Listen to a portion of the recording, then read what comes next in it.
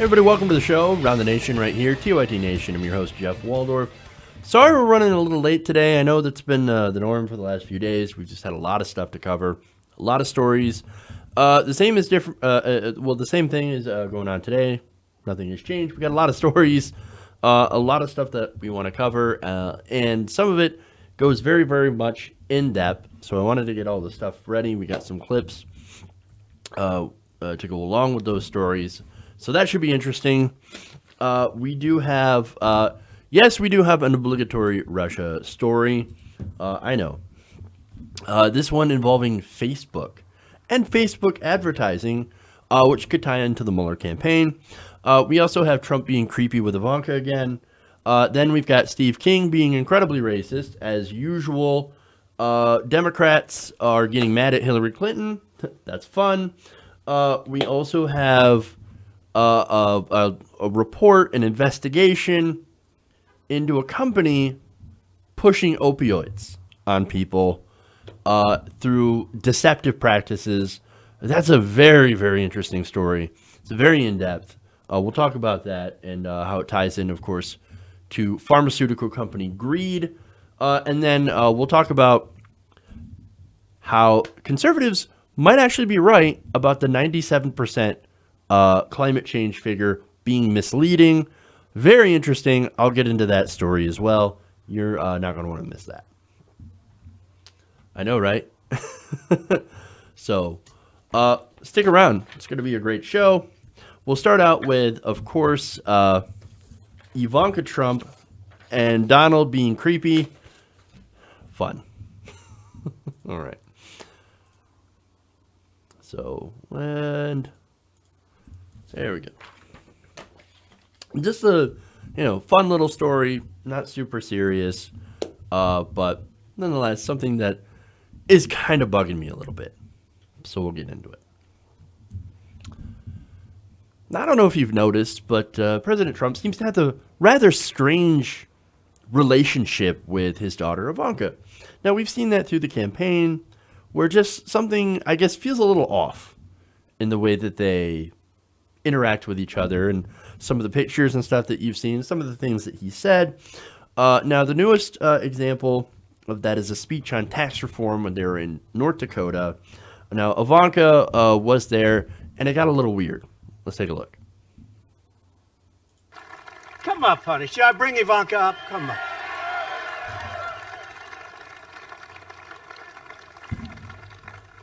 Sometimes they'll say, he can't be that bad a guy. Look at Ivanka. Now, come on up, honey. She's so good. She wanted to make the trip. She said, Dad, can I go with you? She actually said, Daddy, can I go with you? I like that, right? Daddy, can I go with you? I said, yes, you can. Where are you going? North Dakota. I said, oh, I like North Dakota. Hi, honey. Say something, baby. Hi, North Dakota. We love this state, so it's always a pleasure to be back here. You treated us very, very well in November and have continued to, so we like showing the love back. Thank you. Thank you, honey. Thanks, baby. Come. And she means it, believe me. Believe me, she means it. Oh, look, yeah, still, okay, a little creepy. I just get this weird feeling. Not the fact that she's there, that's a separate issue. I mean, look, if you want to get into that, what the hell is she even doing in the West Wing? I mean, she doesn't belong there. She's not qualified for anything. But he's got her sitting in meetings with foreign dignitaries, which happen to be places that she wants to do business. That's funny. Actually, it's not funny. It's totally inappropriate and is a very clear example of nepotism. And that alone is problematic because she's only there to advance her own interests. And not only that, but she kind of acts as a little bit of a shield, although a very poor one, because they say, oh, don't worry, Ivanka Trump, she's a liberal, she's a feminist. She can look out for some of the more moderate positions and advocate them to her dad. Well, hasn't really worked. A lot of the stuff that is pro-woman legislation blocked by Trump. So what is she actually doing there? And she's not there to temper her father. And if she is, she's doing a terrible job. Terrible job. Nobody can temper Trump. But all that aside, I still can't get over that creepy feeling that I get between the both of them. Like, how he refers to her, how, oh, daddy, you're 35 years old. Enough with the daddy, okay? That's creepy. And maybe I'm being too judgmental on this one, but there gets to a certain point where generally you don't talk like that to your parents. Just saying. And then look, that's not the only instances. Again, you've seen the weird pictures of them when they were, being a little too uncomfortably close. And then add on by the fact that he did say that he would date her if he wasn't his daughter, or if she wasn't his daughter. That's weird. Who says that?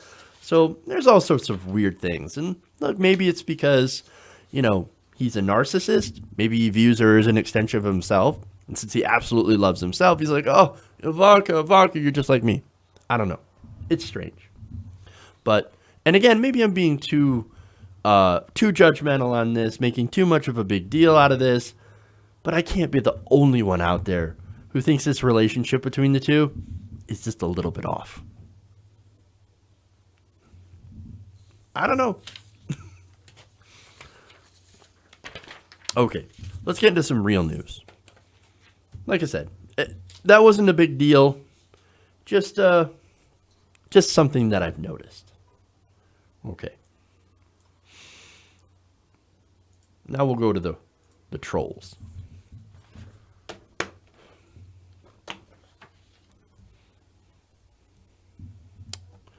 Okay. Now, look, I've been very skeptical of the idea that the Russian government hacked into the 2016 election or had any large impact on it, right? Now, there are Clinton supporters and some establishment Democrats that, of course, will disagree with that. Hillary Clinton, with her new book, says, oh, it's the Russians. It's always the Russians. They're hacked into our elections. It's Russia. It's Bernie Sanders. It's the Bernie Bros. It's James Comey. It's all this stuff, right?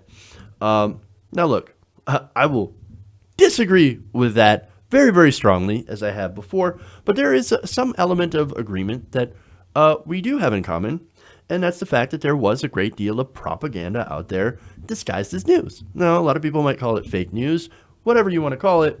There was definitely a vested interest at spreading false information about different people in the election. There was some about Bernie Sanders, a lot of it coming from the establishment media, but then there was also some that came from very sketchy sources that were used a lot on the right wing.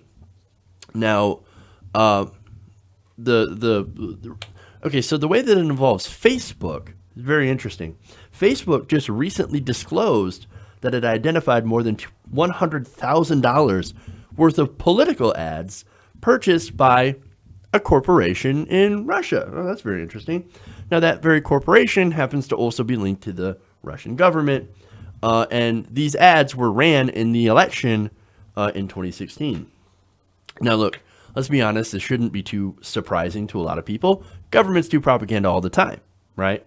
We do propaganda. Hell, we insert ourselves into foreign elections and have even overthrown governments. Nonetheless, this does add a little bit more validity into the narrative that the Russian government did favor at least one political ideology over the other. Now, I say ideology because, as the New York Times explains, most of the 3,000 ads did not refer to particular candidates, but instead focused on divisive social issues such as race, gay rights, gun control, and immigration. Interesting. My guess is that the Russian ads weren't necessarily in favor of gay rights and gun control. Just a thought.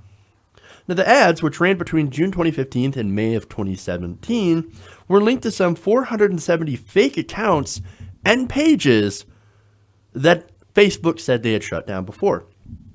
Now, these fake accounts, they trace them back to a Russian company called the Internet Research Agency. Now, this agency happens to be known for using troll accounts to post on social media and comment on news websites. So these are your David Brock paid trolls, except they're the opposite of the David Brock paid trolls. Because the David Brock paid trolls, the $1 million troll army was there putting out pro-Clinton propaganda.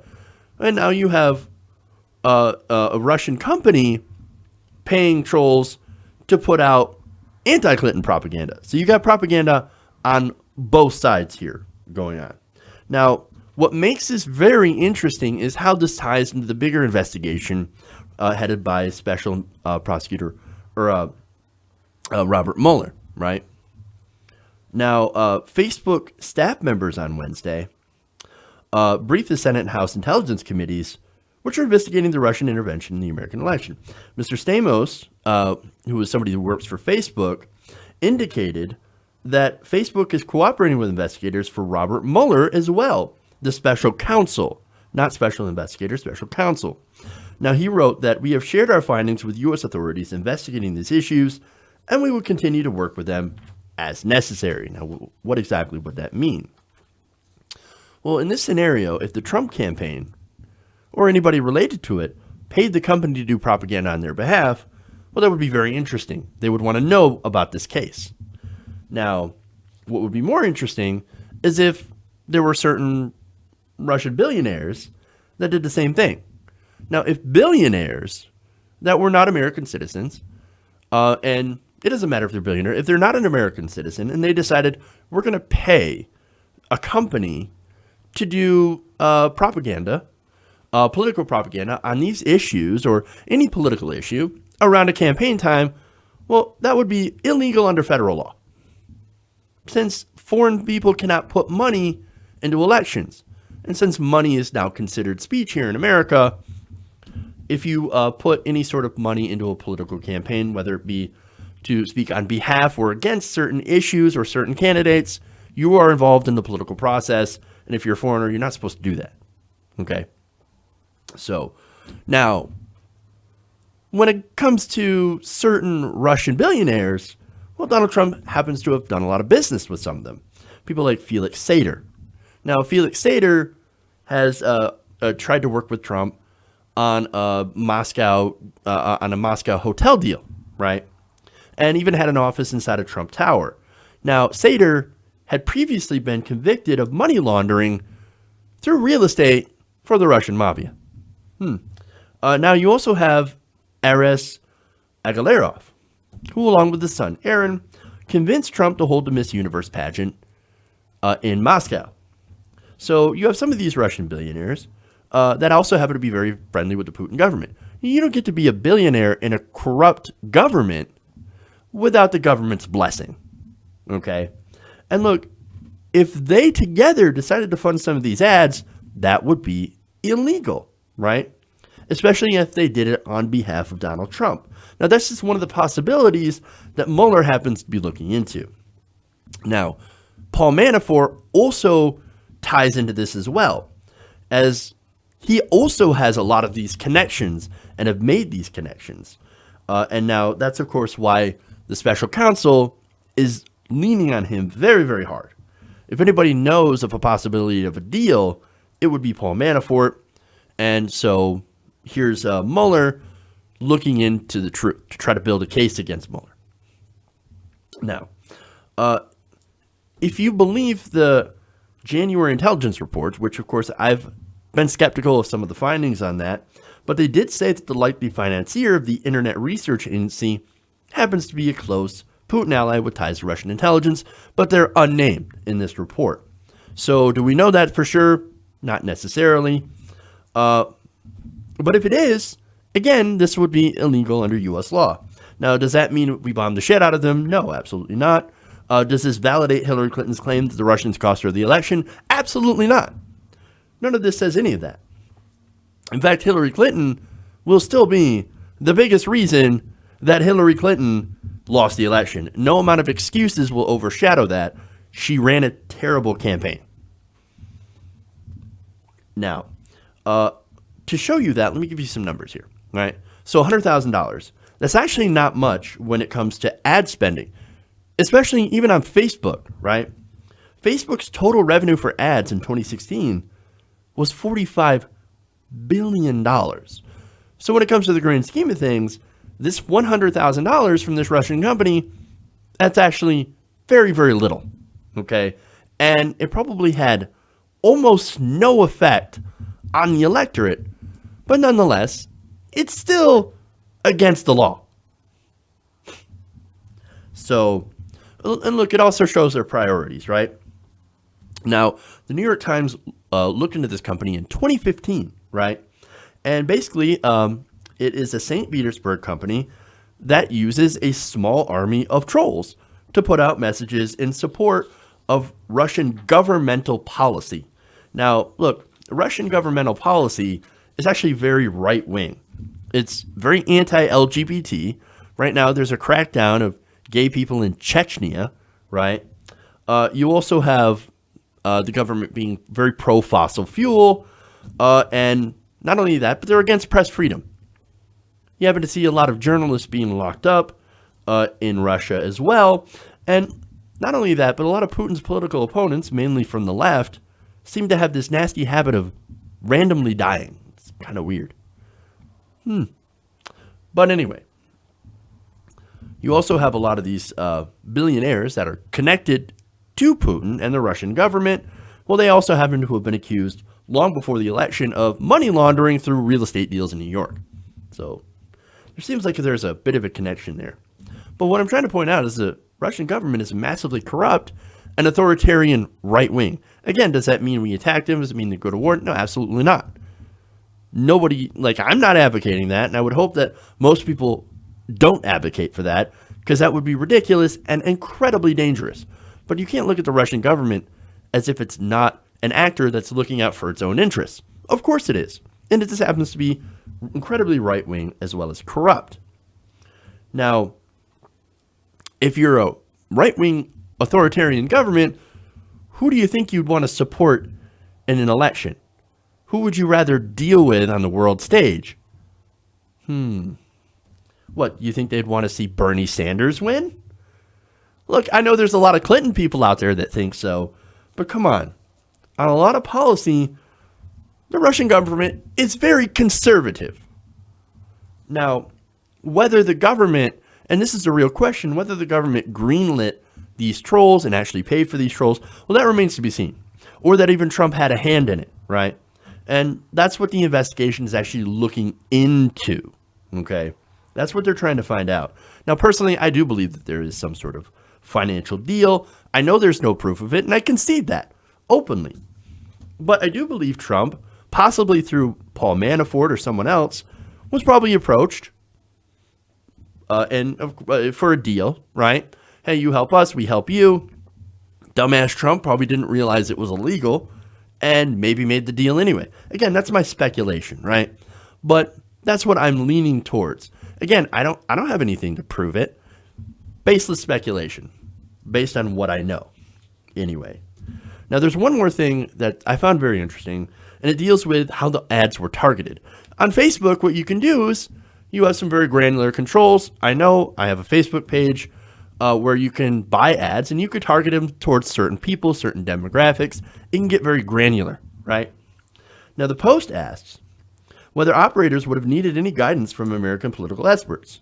Facebook said that some of the ads linked to Russian accounts had targeted specific geographical areas, which may raise questions about whether anyone had helped direct that targeting.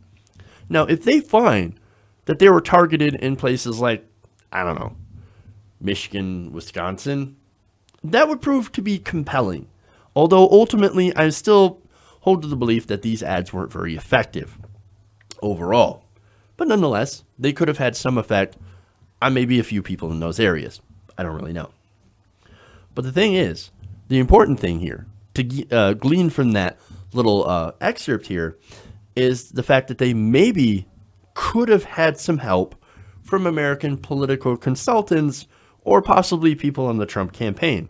And if so, well, that happens to be collusion. And in this case, if it involves monetary transactions, as these Facebook ads clearly do, well, that would be illegal. That would be a serious violation of law. And so that's why it might be a big deal for the Mueller investigation. That's why Mueller would likely look into it. And if it all ties back to Trump, well, then that is, as they say, that. We'll see. Okay.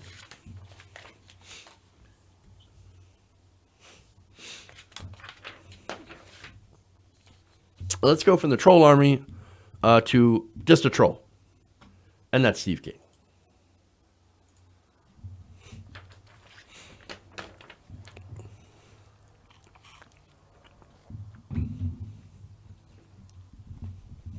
Now, Steve King is a pretty despicable person. He says a lot of racist things, so it's no surprise that he decided to say more despicable and racist things about people who receive DACA. Now, DACA is, of course, the program that helps people who are brought here through no fault of their own get an education, get employed, serve in the military, pay taxes, and live here without fear of deportation. Now, it's not a pathway to citizenship, and that's very important because I think some people who are critical of DACA say, well, why don't these people just become a citizen already? Well, they don't have the option to under DACA. They would have to go through a completely separate program to be able to become a citizen, and I'm sure some people do, and that includes serving in the military. Although there was an article that I read yesterday where some of these DACA recipients are being stalled and held up, even though they're serving in the military. Their papers are being held up, and some of them still might risk deportation, despite the fact that they have volunteered to serve in the armed forces. So that's disastrous. But anyway, when it comes to DACA, without going through the military, there is a lot of rules, very stringent rules, and costs and paperwork in order to stay legal under DACA. So let me dispel the notion right now that this isn't just a free pass to stay here, okay? There's a lot of work involved in this. And again, you have to be working or getting an education or be too young to do either, okay? So you have to do a lot of stuff just to stay legal, just to stay in the country. Now, this doesn't seem to be enough for Steve King, who's going to go low, even for him. Let's take a look. Where should all these kids go, sir? They came here to live in the shadows, and we're not denying them that opportunity to live in the shadows. And when the law is violated, and then people continue to So you're saying they should stay here and live in the shadows? I'm saying they should make up their own mind, but they also need to be exposed to the enforcement of the law. If they're encountered by law enforcement officials, the law requires that they be placed in removal proceedings. That's the law. And if you're going to waive the application of the law to groups of people, it is amnesty. And amnesty in America with regard to immigration is a reward for immigration lawbreakers, and it is a pardon for immigration lawbreakers coupled with the reward of the objective of their crime. All right, so not only that, but he also told CNN, and I don't have the video for that, he said, live in the shadows, and if you get crossways to the law, then the law requires they be placed in criminal proceedings. He said, I think there's justice there, but we need to provide justice. Look, all this talk from right-wingers talking about, oh, we got to follow the law. You know, Trump just pardoned Joe Arpaio, who broke the law. I'm just saying, if anybody's skirting the law, it's you guys. But not only that, but he also talked about, like I said, justice, right? We want to talk about justice. Look, people on DACA, they're actually getting a raw deal, right? These people were brought here, again, through no fault of their own. They have homes, they have jobs, they have lives. Justice is not taking them from everything they've known and built and then dropping them off in a country that they have that they don't even know. But Steve King believes that's justice. That's disgusting. Steve King is a monster. He said that they should live in the shadows, that they deserve to live in the shadows. You know who deserves to live in the shadows? Steve King. He has no empathy and no humanity. If these people, if they're not white, he does not give a fuck about them. Okay? And look, again, these people, they're not lawbreakers, right? He keeps saying, oh, they're lawbreakers, lawbreakers. You got brought across the border through no fault of your own. Oh, no, they broke the law since they crossed the imaginary border that we drew up. That's it? That's the crime. Ridiculous. They should have a pathway to citizenship. But anyway, look, again, they did everything that they could to try to stay legal. It's not like they were hiding they were reporting with the government and saying, hey, I'm registered with you. I paid all the fees. I did all this stuff. I've got a job. I got an education. I pay my taxes. What do you want? Apparently, Trump wants to send them home. But the thing is, they are home. This is their home. And they don't understand it. Look, and not only that, but they're productive citizens. I see this stuff all the time, right? Where, oh, these DACA people, they're freeloading. No, they don't get welfare. They don't get free housing. They don't get food stamps. They don't get anything like that. They are barred from getting those things because they're non-citizens. They're not even eligible for these programs. The people who are peddling that kind of nonsense, they have no motivation other than pure racism. The kind of racism that's propagated by people like Steve King. Okay.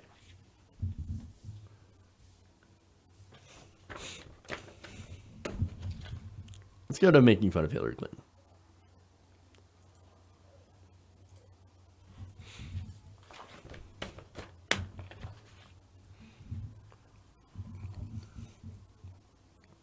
Here we go again. Now, Hillary Clinton is releasing a new book about 2016 titled, What Happened? Well, we know what happened, but apparently she offers an alternative view of events that led up to her eventual embarrassing loss to Donald Trump. Now, in this book, she blames a lot of people. She blames James Comey, Vladimir Putin, Bernie Bros, Bernie Sanders, everybody under the sun, essentially, except for herself. In fact, in the book, she says that Clinton says that she was put in a straitjacket during the primary by President Obama, who she writes advised her not to attack Senator Bernie Sanders. Now, she said it was out of a fear that it would divide the party. See, it wasn't me dividing the party. Barack Obama told me not to attack, so I didn't attack. Really? Are you kidding me? When Bernie Sanders went high, the Clinton people went incredibly low. You can't get lower than smearing a progressive as a sexist and a racist. Not only that, but all your friends in mainstream media, they red baited him every time. Are you a communist? Are you sure that's not communism? What do you think about communism? Dude, it's socialism. It's democratic socialism. Ridiculous, right? So look, there's a lot of examples of how it was a nasty, nasty campaign. Again, Hillary Clinton surrogates everywhere saying that Sanders people were, again, sexist, racist, violent. Nevada, they claimed that Bernie Sanders people were throwing chairs. There were videos of that completely debunking it. They still ran with it, all in mainstream media. But they pushed a narrative, as I said. They had their friends at the Washington Post push 16 negative articles in 16 hours. Hatchet job after hatchet job. Look, if anybody held back, it was Bernie Sanders, okay? Bernie Sanders ran an issue-based campaign. Now, what I said, look, he could have attacked her on the server, for example. He could have attacked her on the emails. He said, I'm sick of the damn emails. Okay, let's talk about the real issues.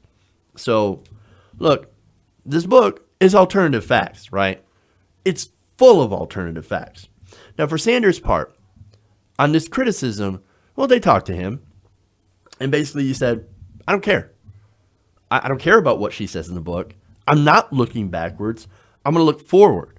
We got stuff to do. I'm out there fighting for $15 minimum wage. I'm out there fighting for Medicare for all that I'm about to introduce. So I ain't got time for this 2016 bullshit nonsense that Hillary Clinton has. So his message, move forward, right? That's Bernie's take. He's not interested. He wants to go talking about policy, and that's the difference, right? Hillary right now, she's spending all her time casting blame and not moving forward, while Sanders is doing what he's always done. He's actually fighting for good policy. And this really shows you the kind of person that Hillary Clinton is. Apparently, she is very not gracious in defeat. And this is actually starting to get on the nerves of some Democrats. That includes Joe Biden, who she went after. Now, according to The Hill, even some of Clinton's allies have grown weary of her insistence on relitigating the 2016 campaign at a time when the Democratic Party is looking to forge a new identity in the age of Trump. One former Clinton fundraiser and surrogate who played an active role at the convention, just to show you who this person is, had some very harsh words for her. He said the best thing that she could do is disappear. Damn. Quote, she's doing harm to us all because of her own selfishness. Honestly, I just wish she'd shut the fuck up and go away. Hey, watch out, dude. You don't want to be labeled a sexist for you telling a woman to shut up. It's a little ironic, coming from that camp. But you know what? I'm glad they're speaking out, even if it is anonymously.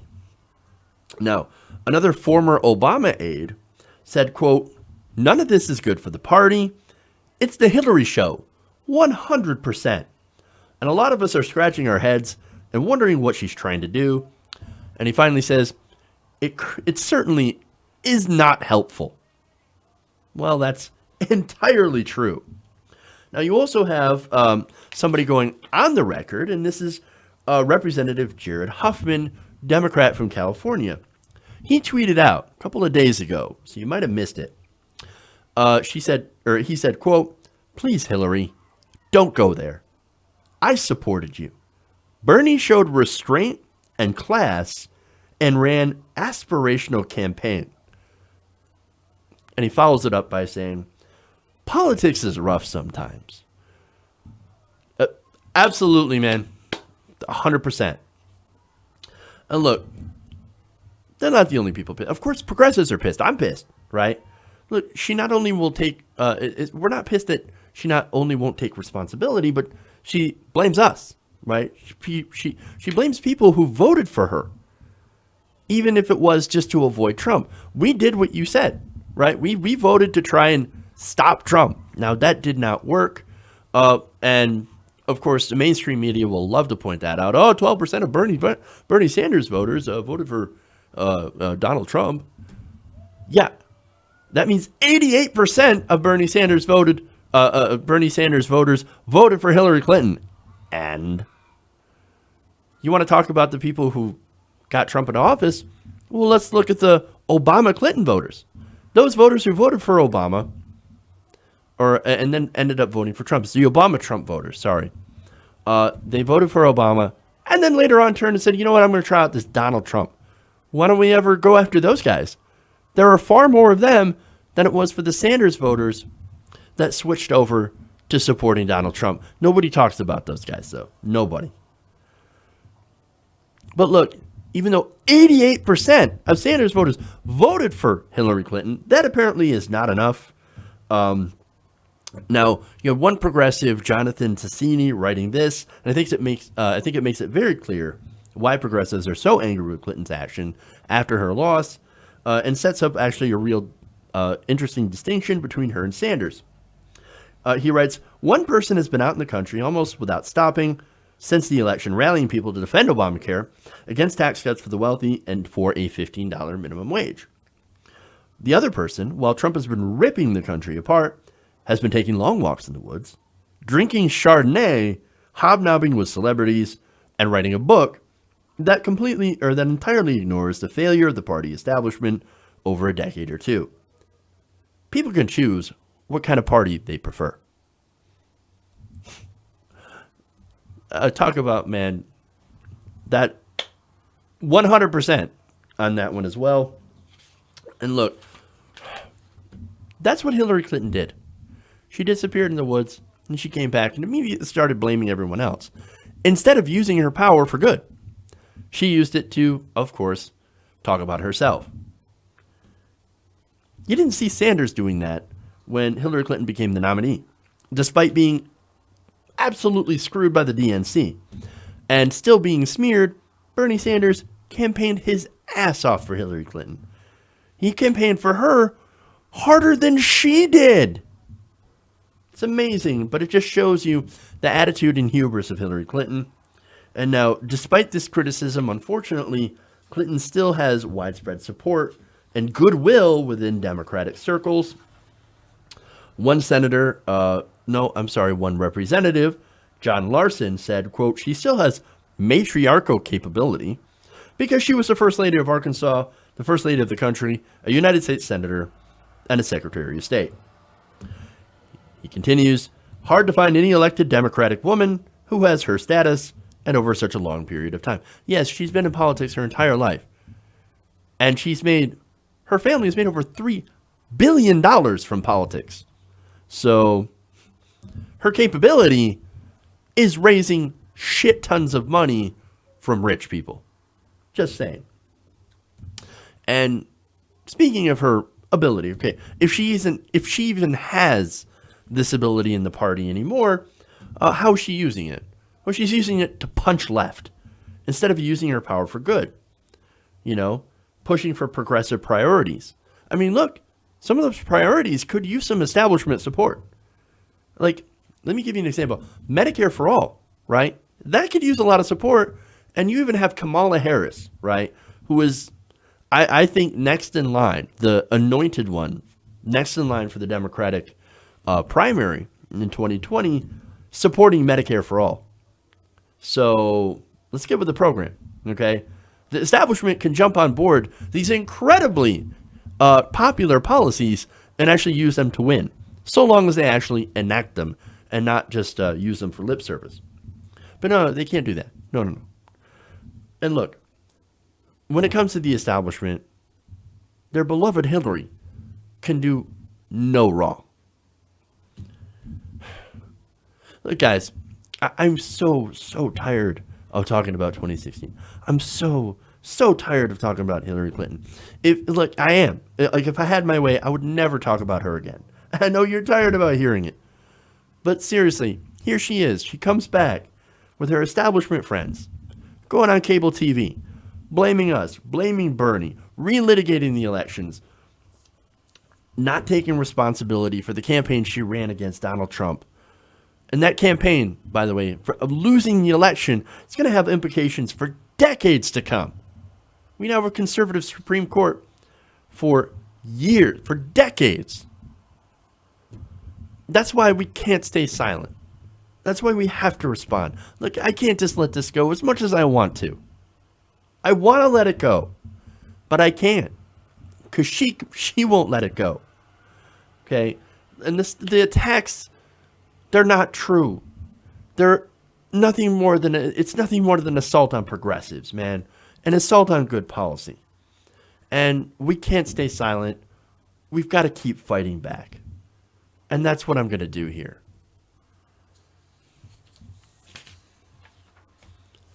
I can't give in to these people, man. You just can't let it go. All right.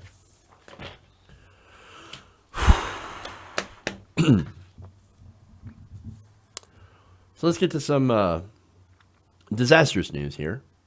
And I'm actually going to give a Democrat a lot of credit. It's one that I've been very critical on before, so.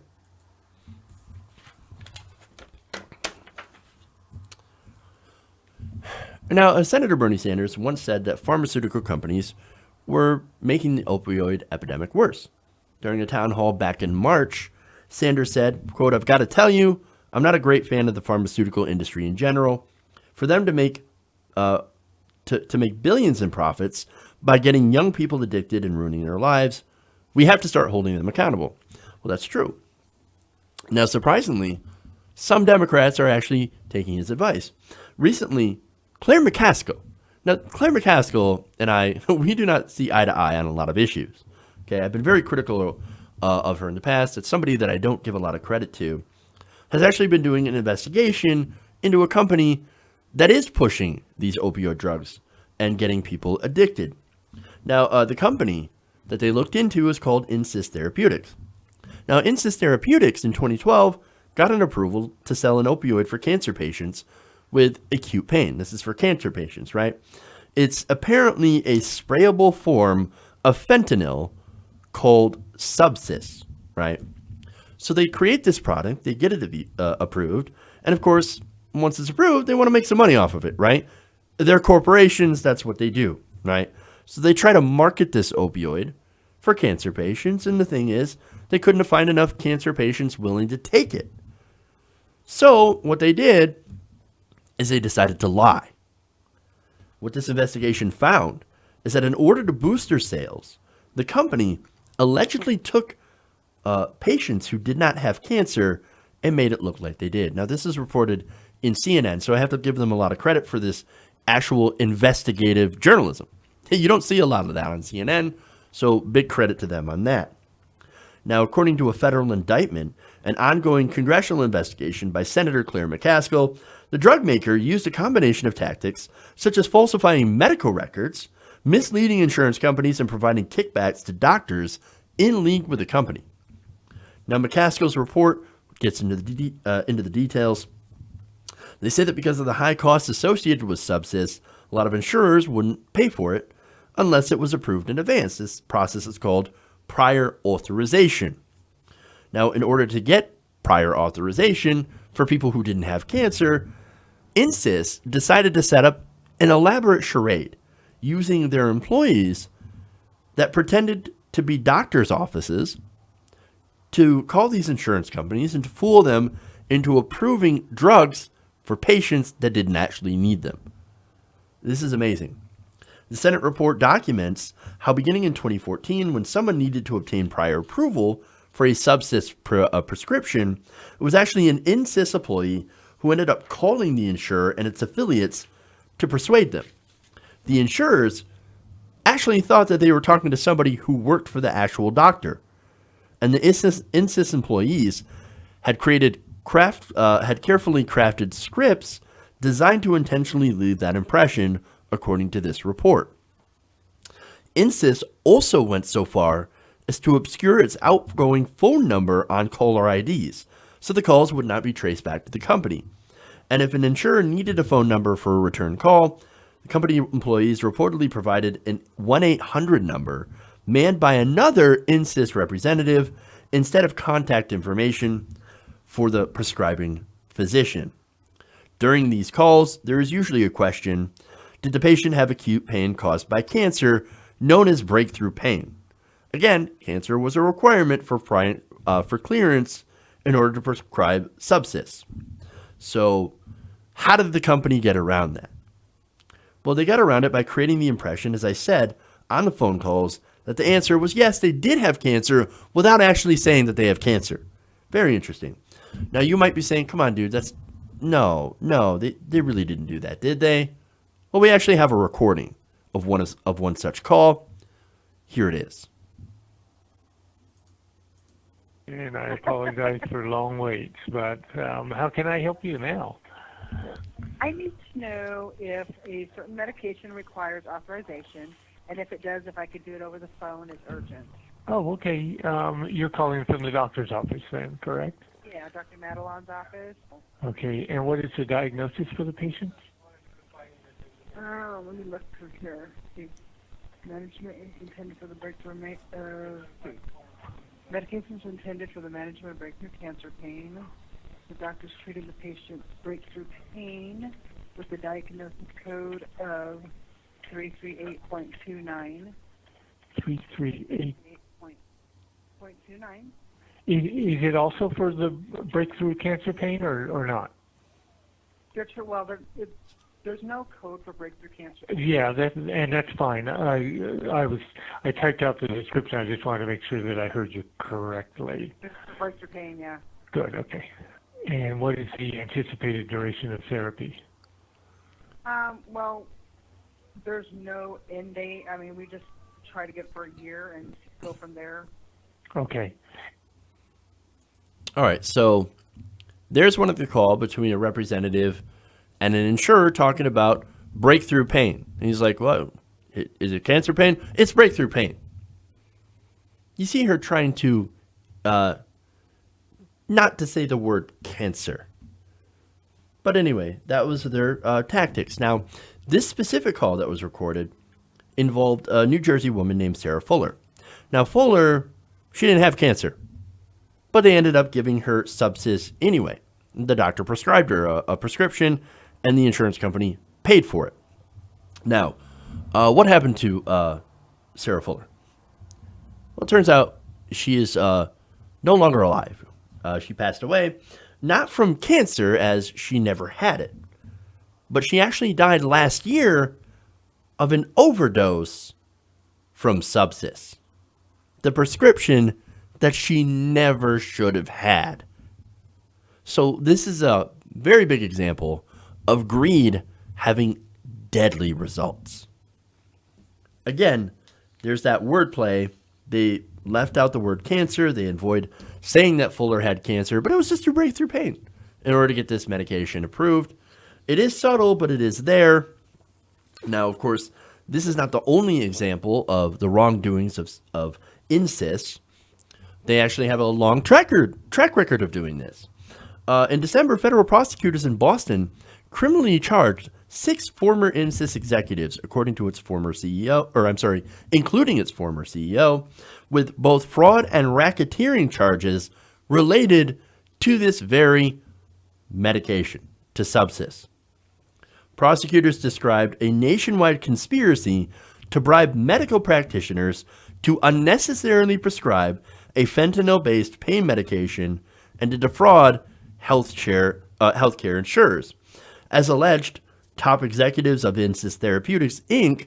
paid kickbacks and committed fraud to sell a highly potent and addictive opioid that can lead to abuse and life-threatening respiratory depression. That, of course, unfortunately happened to Sarah Fuller, and she paid the price. Now, Harold H. Shaw, special agent in charge of the Federal Bureau of Investigation's Boston field office, said this in a statement back in December. Now, other federal charges have also been brought against individuals connected to Subsys, and several state attorneys general have filed lawsuits of their own.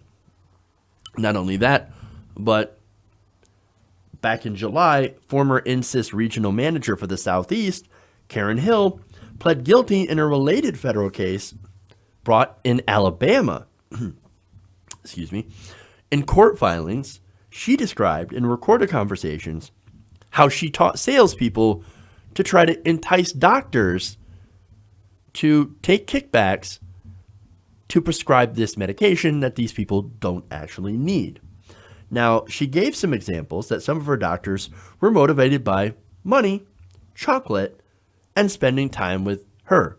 Very interesting. I wonder what they did on that time together. Now, federal prosecutors in Alabama said in a release announcing her plea. Now, when the sales representative asked Hill how to identify doctors who were financially motivated to prescribe Subsys, Hill explained that she looks for doctors that are money hungry, and went on to describe how to figure out if a doctor has, quote, light in their eyes and is willing to play ball. Oof. This is gross. It is grotesque. This is kind of the greed that we're fighting against. Now, I do have to note that this company committed the cardinal sin of don't rip off the rich. In this case, insurance companies. You rip off insurance companies, oh boy, you're going to be in a lot of trouble. You rip off regular people, not a problem. But now it also should be noted that Claire McCaskill, who is leading this investigation in Missouri, she receives a little bit of money from the health insurance industry for full disclosure. However, the health insurance industry is actually not one of her top donors, although she has received several $100,000 from them in campaign donations. But despite that, I think I really do feel the need to give her office a lot of credit. Because look, this is a company that was getting doctors to prescribe unnecessarily powerful addictive drugs to people who, again, didn't need them, directly causing at least one death that I know of, possibly more deaths, and possibly even more addictions of people going from fentanyl, from this Subsys to heroin. So, I gotta give a lot of credit here to CNN and Claire McCaskill, right? So CNN for doing excellent investigative journalism, and Claire McCaskill for actually doing this investigation, and that really highlights the greed that is baked into the pharmaceutical industry. Now, only if we could do something about it to fix it, well, that would be the next step. We've got to change the way our pharmaceutical company operates. We've got to take it away from a for-profit system so that it can actually focus on what it's supposed to do, and that's helping people. Okay.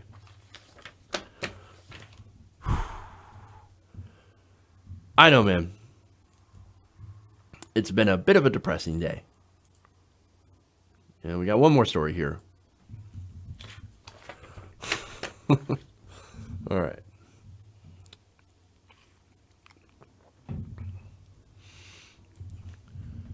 Now, whenever we talk about climate change here on the show, I like to cite that 97% of scientists agree that global warming is real and has been exacerbated by human activity. And of course, every time I say that, there's usually a conservative in the audience that will chime in and tell me, "Nah, it's not true. That's not true. They're not saying that. It's liberal lies, all liberal lies." Well, to be fair, they're kind of right. It is a little bit of a misleading statistic. It's actually 97% of all published scientific research on climate change that has made that conclusion that climate change is real and that is exacerbated by human activity. So, he got us, man. He got me. Oh, caught me in a lie. But wait, what about those 3% of papers that reach contradictory conclusions?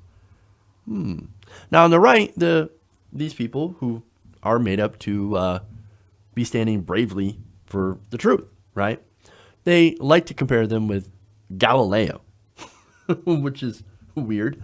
And look, he's actually invoked quite a bit by climate deniers, even though a lot of his fellow scientists actually agreed with his conclusion, so it's not at all the same.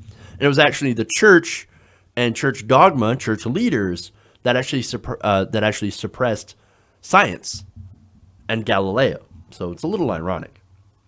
Well, those 3%, like the church, are actually proven wrong.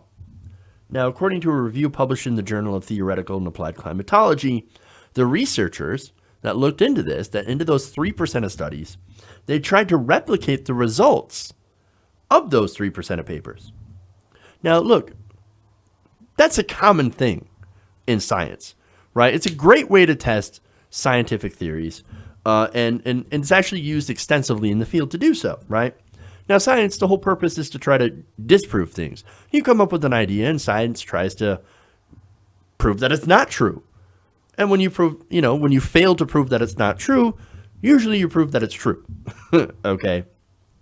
So, all that. Now, what they found when they reviewed those 3% of papers denying climate change, they found that they were biased and faulty. Interesting. Now, Catherine Hayhoe, who's an atmospheric scientist at Texas Tech University, worked with a team of researchers to look at the 38 papers published in peer-reviewed journals in the last decade that denied anthropogenic global warming. She said that every single one of those analyses had an error in their assumptions, methodology, or analysis that, when corrected, brought the results into line with the scientific consensus. Hayhoe wrote in a Facebook post. One of her authors, Rasmus Benestad, an atmospheric scientist at the Norwegian Meteorological Institute, built a program to test these using the computer language R, which apparently is compatible with every different operating system and every different computer. Now, they use this language to replicate each of the paper's results to try to understand how they reached their conclusions. Benestad's program found that none of the papers had results that were replicable, at least not within the generally accepted science. Now, what kind of errors did they find in these papers to prove that? Well, according to the study, many of these papers ended up cherry-picking results that conveniently supported the conclusion, while ignoring other context and records. There were also some that applied inappropriate curve fitting, in which they would step farther and farther away from the data until the points matched the curve of their choosing. And sometimes those papers just plainly ignored physics altogether. She wrote, or the authors write, in many cases, shortcomings are due to insufficient model evaluation, leading to results that are not universally valid, but rather are an artifact of a particular experimental setup. So why do this, right? Well, there's about 1 million reasons for someone to do those different things, to cherry pick and come up with an experiment to fit your already predetermined results. Well, one of them is, of course, money from fossil fuel companies. That makes sense, right? Now, the authors of the review said that those who assert that these papers are correct, while the 97% are wrong, are holding up the science, where the researchers have already decided what results they sought. Now, the review also serves, they say, as an answer to the charge that the minority view on climate change has been consistently suppressed. Hayhoe writes, "It's a lot easier for someone to claim they've been suppressed than to admit that maybe they can't find the scientific evidence to support their political ideology. They weren't suppressed. They're out there where anyone can find them." And that's true. They're not suppressing these papers. We know they exist. And you can look at them and you can study them. And they did. And when they did study them, they found that, they were using incorrect data. Or they were cherry picking, or they were using a specific curve. But when you correct that, guess what? It comes up with the same consensus as everyone else, as all the other papers that were published and peer-reviewed. Now, what's very interesting is that these 3% of papers were also peer-reviewed. So how did they show up? Why are they even there? Well, according to The Guardian, one of the researchers on this, Dana Nuccitelli, points out that, quote, "there is no cohesive, consistent alternative theory to human-caused global warming. Some blame global warming on the sun, others on orbital cycles of other planets, others on ocean cycles, and so on."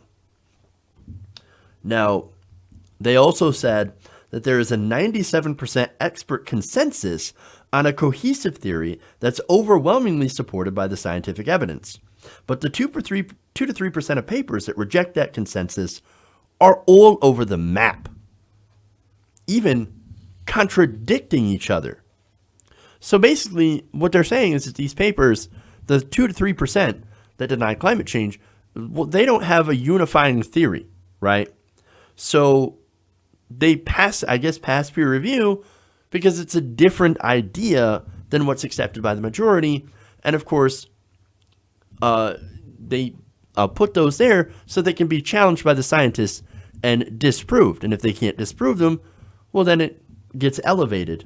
Because again, the way that science works is that you have to disprove something, and if you can't disprove it, then it sticks around as a scientific theory. Okay. So now, not only that, but Nuccitelli points out that if any of the contrarians were a modern-day Galileo, he would present a theory that's supported by scientific evidence that's not based on methodological errors, which again, these 2 to 3% of papers were based on methodological errors. He says that such a sound theory would convince scientific experts, and a consensus would begin to form. That consensus has not formed. So that's another red flag here. And look, there's no consensus because they don't have a unifying alternative theory. What they have is just they're throwing out bullshit. They're pushing out papers, so, that say many, many different things, and they do so to muddy the waters. And then, of course, when we say, hey, wait a minute, again, 97% of these papers say that there is climate change and it is caused and exacerbated by human activity, they can claim, no, we're being suppressed because we're not in the mainstream. Look, the whole point of writing these papers is not to advance science. It's not to present a different theory about climate change. We're open to different theories, and we're open to proving them and proving them and disproving them. Okay? But that's not what this is about. What this is about is trying to throw a wrench in the scientific process. Also, fossil fuel companies can get an extra few more years or decades to continue to make billions of dollars, while their shills on TV and in Congress can claim that the science is not settled. That's what it's all about. Now you know the real scam. Okay.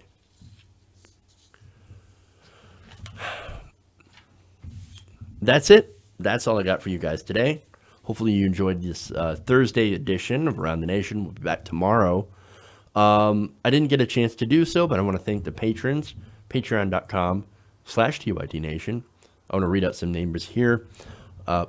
We have, hopefully I get this wrong, or not wrong. Hopefully I don't get this wrong.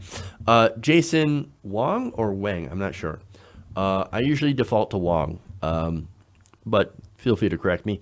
Anna Marie Millay, Gloria Mendez, Steph CH, Alta Harding, Billy Joe Kane, Peter Lund, Tira. I always have a hard time with your name, Tira. I love you. I'm sorry, but I have a hard time with your name. Serena Young, Jolyn McCloley, Christopher Spears, Samuel Schaefer, Prince Frederick, Virginia Fast, Jeffrey Johnson, Barry Mohammed, and Frank Billy Martell. So thanks to those patrons who help us out. Patreon.com/TYT Nation. We'll have another show tomorrow. Right here, TYT Nation. Make sure to like and subscribe if you haven't already, and like our clips later on as they get released throughout the day. All right, everybody. That's it for the show. We'll see you guys tomorrow. Love you all. And remember, change begins with you. Good night, TYT Nation.